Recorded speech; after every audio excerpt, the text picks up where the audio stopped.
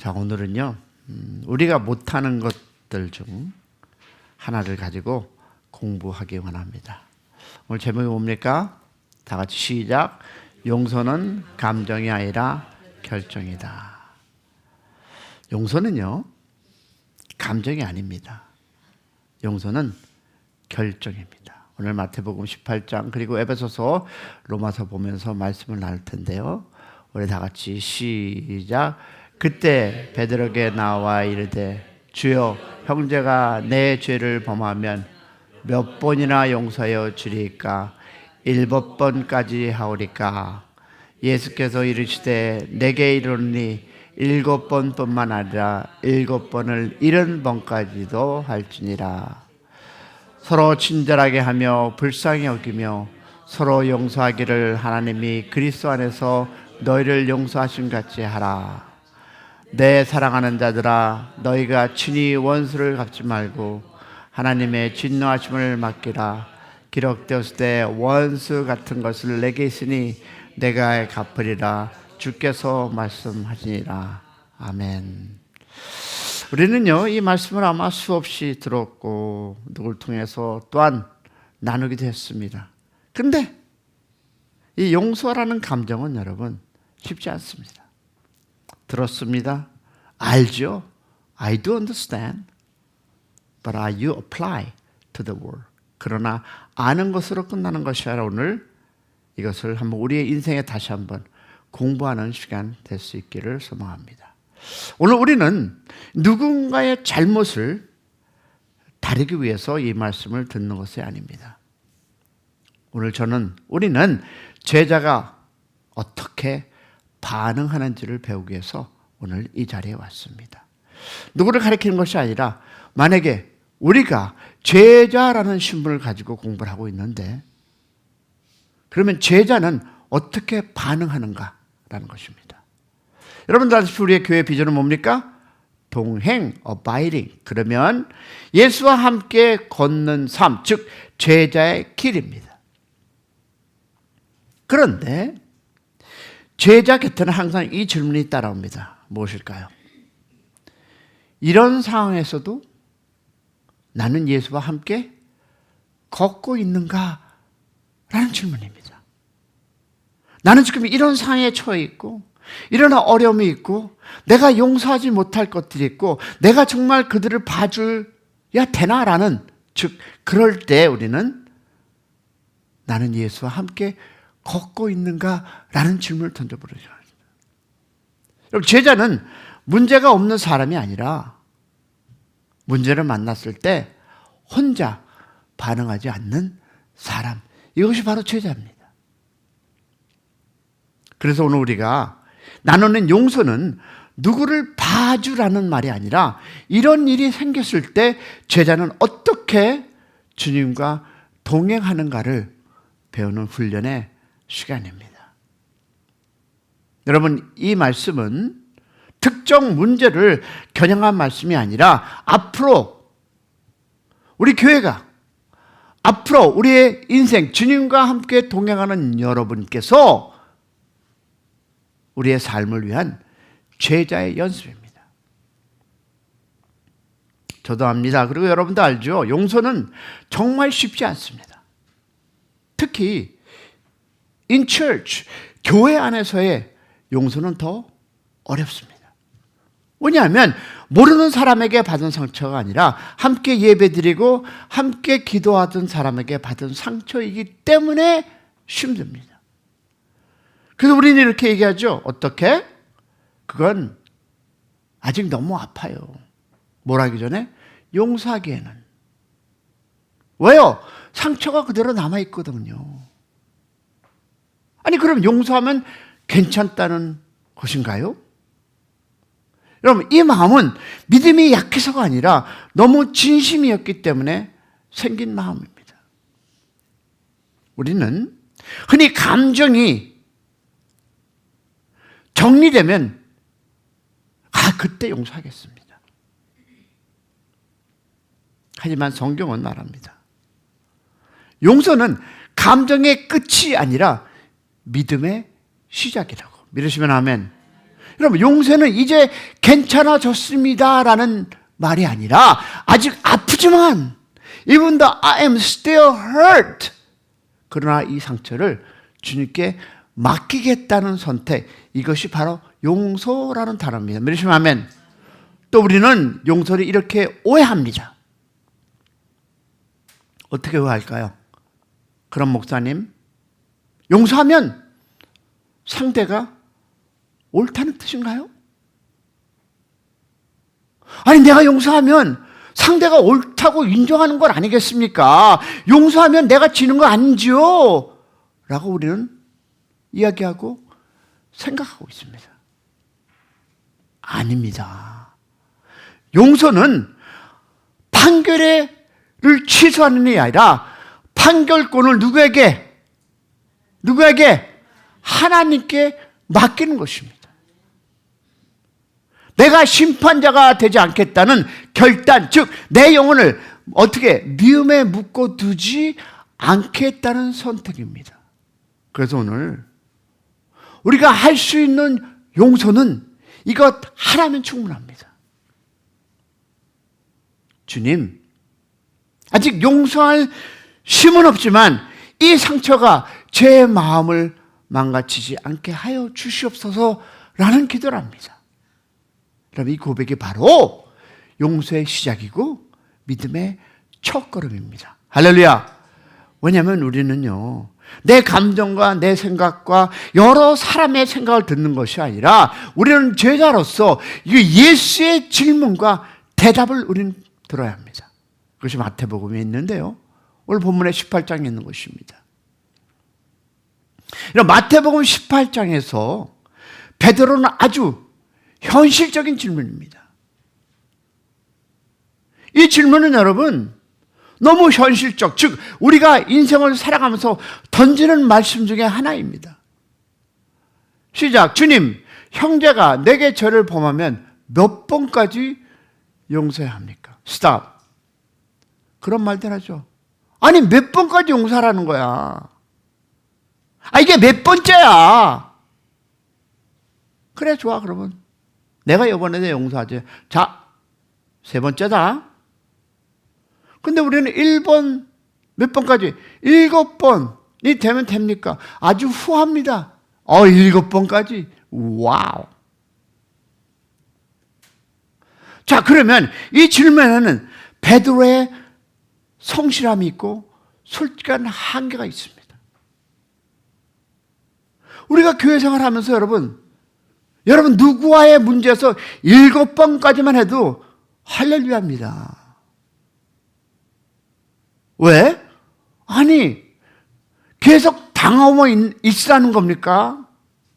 아니, 어디까지 참아야 하는데요? 아니, 이쯤은 충분하죠 라는 이 베드로, 정말 착한 분 같습니다. 사실 이 질문은 오늘 우리 모두의 질문입니다. 그런데 예수님의 대답은 베드로의 기대와 전혀 다릅니다. 볼까요? 7번뿐만 아니라 70번씩 7번이라. 그럼 몇 번입니까? 우리가 아마 결혼 생활에서 50년을 살아도 여러분 490번은 용서 못할 겁니다. 그런데 그렇게라도 하라는 주님의 생각입니다. 여러분, 이것은요 현실적인 계산이라고, 뜻이라고 생각할 수 없습니다. 근데 여러분, 여기서 490번, 우리가 결혼을 해서 50년을 살고 평생을 살아도 490번도 안 넘을 텐데, 여기에 여러분 이 말씀은 무엇일까요? 예수님은 용서를 문자, 즉 숫자의 문제로 만들려고 하시 않은 것이에요. 조건의 문제로 만들지 말라는 뜻이에요. 용서하면, 용서를 계산하기 시작하는 순간, 여러분 들어보세요. 용서를 starting to, 여보 이거 3번째야? 너 이거 4번째야?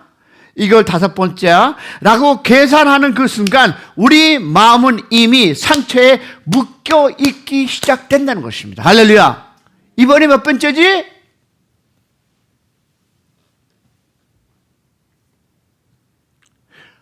아니, 용서하기 위해서 저 사람이 자격이 있어요? 나는 이미 충분히 참았는데. 우리 이 단어 쓰지 않습니까? 여러분, 그 계산이 쌓일수록 용서는 멀어지고 마음은 점점 어떻게? 굳어집니다.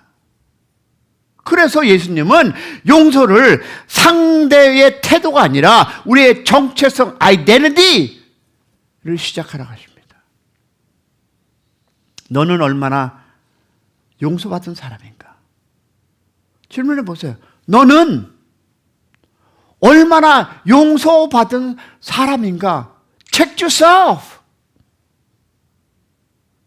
중요한 것은 뭘까요? 너는 지금 누구와 동행하고 있는가라는 것입니다. 여러분, 용서라는 단어는요, 그리고 용서는 상대를 풀어주는 능력이 아니라 하나님 앞에서 자유롭게 서는 믿음의 선택입니다. 할렐루야. 할렐루야. 여러분, 예수님은 우리에게 무한히 참아내라고 명령하신 것이 아닙니다. 대신 이렇게 초대한 것이에요. 그 상처를 내가 계산하며 붙들지 말고 나와 함께 걸으며 맡기지 않겠냐라는 것입니다.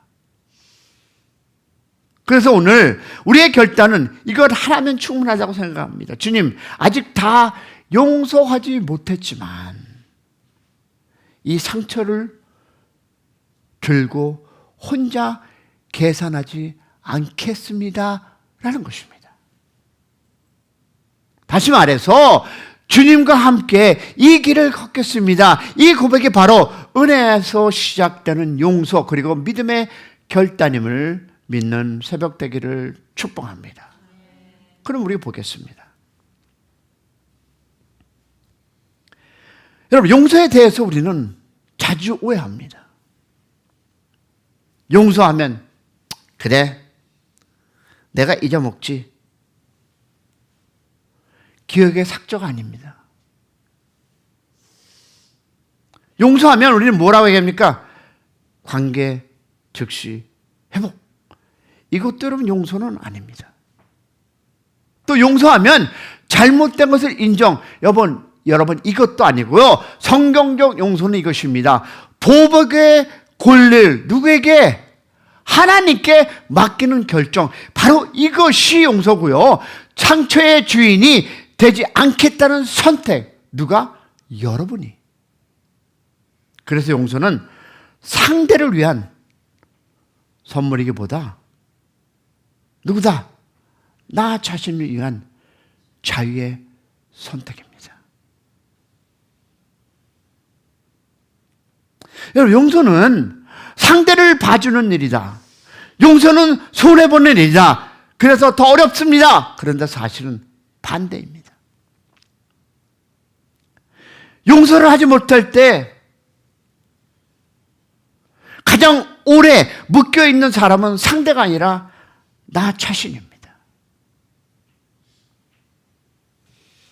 상대는 잘 자고 룰루랄라 할렐루야 하는데 나는 그 용서하지 못한 고민 때문에 밤새도록 잠 못 자고 하지 않습니까? 저만입니까? 그 사람이 한 그 말이 내 마음을 계속 붙잡고 있고 그 사건에 그 내 감정이 계속 흔들리고 그 분노와 억울함이 내 생각을 차지하고 있습니다. 상대는 이미 자기의 삶을 살고 있는데 먹고 마시고 즐기고 있는데 나만 붙잡고 이 죽일 XXX. 나는 그 상처 안에 머무고 있는데 상대는 저 잘 먹고 룰루랄라 커피 마시고 아이고 누가? 내가. 그래서 여러분, 성경적 용서는 너 괜찮아, 문제가 없어라고 말하는 것이 아니라 대신 이렇게 하는 것입니다. 이 상처가 내 삶을 더 이상 지배하지 않게 하겠습니다라는 결단. 이 문제의 주인은 누구다? 제가 아니라 하나님이시다라고 내려놓는 결단, 이 선택이 바로 free, 자유의 선택입니다. 그래서 여러분, 용서는 상대를 풀어주는 선물이기 전에 내 마음을 어디에서 뻥, 감옥에서 꺼내는 결정입니다. 내가 더 이상 미움에 묶여있지 않기 위해서, 분노에 끌려가지 않기 위해서 이 상처를 주님의 손에 내려놓는 것, 바로 이것이 용서의 시작임을 믿기를 축복합니다. 그래서 우리는 이렇게 얘기해야 돼요. 용서는 상대를 위한 선물이기보다 누구를? 아멘이십니다. 나 자신을 위한 선의 선택입니다. 여러분, 이 말은 감정을 부정하라는 말이 아니에요. 감정을 끌려 살지 않겠다는 믿음의 고백입니다.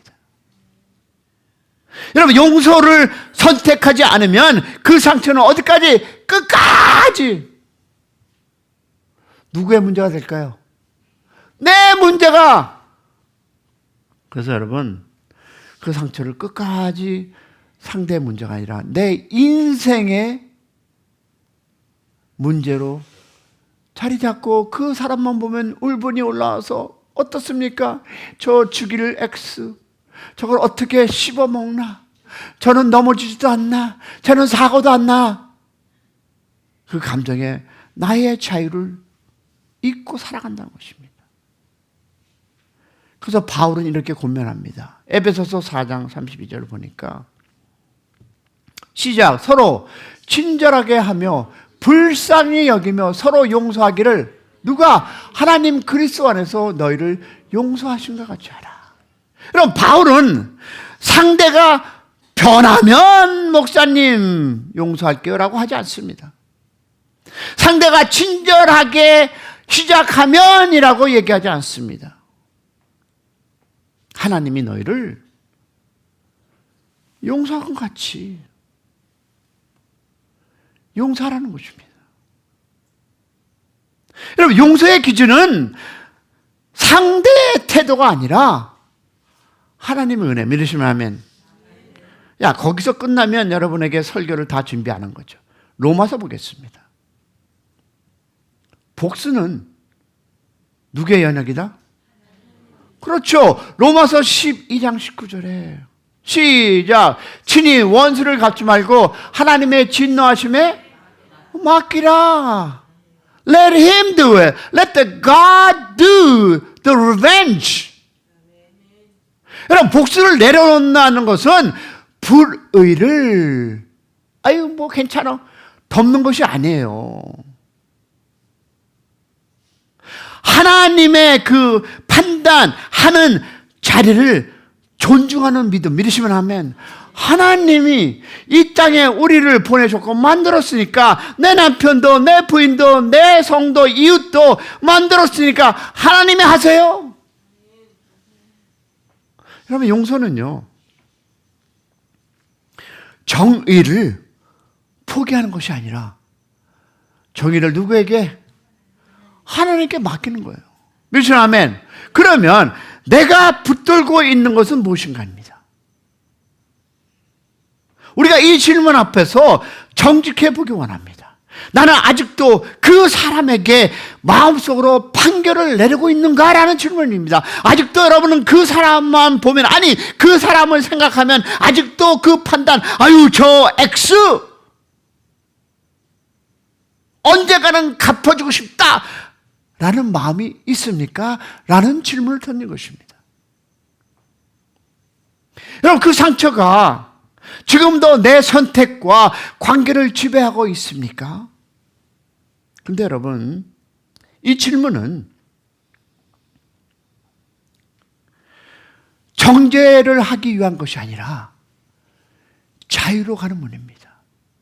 내가 그걸 붙잡고 있으면 여러분 자유하지 못합니다. 그것만 생각하면 울분이 나고, 그것만 생각하면 소주 한 잔 먹고 싶고, 그것만 생각하면 나의 마음의 상처 때문에 어려움. 그렇다면 내가 용서를 못하면 여러분, 저는 자유의 길로 가지 못한다는 것입니다. 그래서 우리는 이것을 실천을 분명히 합니다.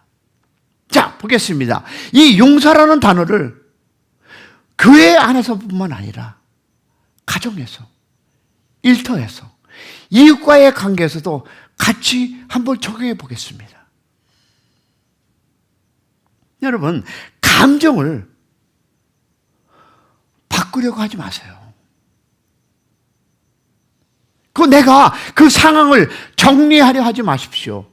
결정 하나만 내리면 됩니다. 주님, 교회에서든 가정에서든 이웃의 관계이든 내 직장에서든 이 사람에 대한 보복을, 그 권리를 누구에게? 주님께 맡기라는 것입니다.